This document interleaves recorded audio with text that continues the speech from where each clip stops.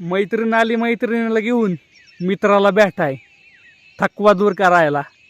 बघा काय झालं? बाकी झाली सुरुवात तुझी. आता कधी कधी कधी कधी काय?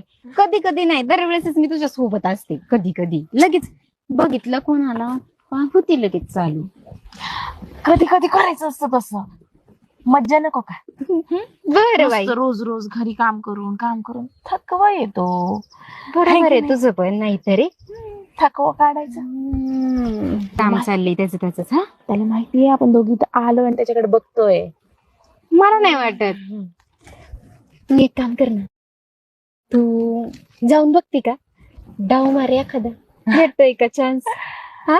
बघतेच हा? असा कसा माझ्याकडे बघत नाही ते. तेवढ्या बाबतीत तू लय हुशार.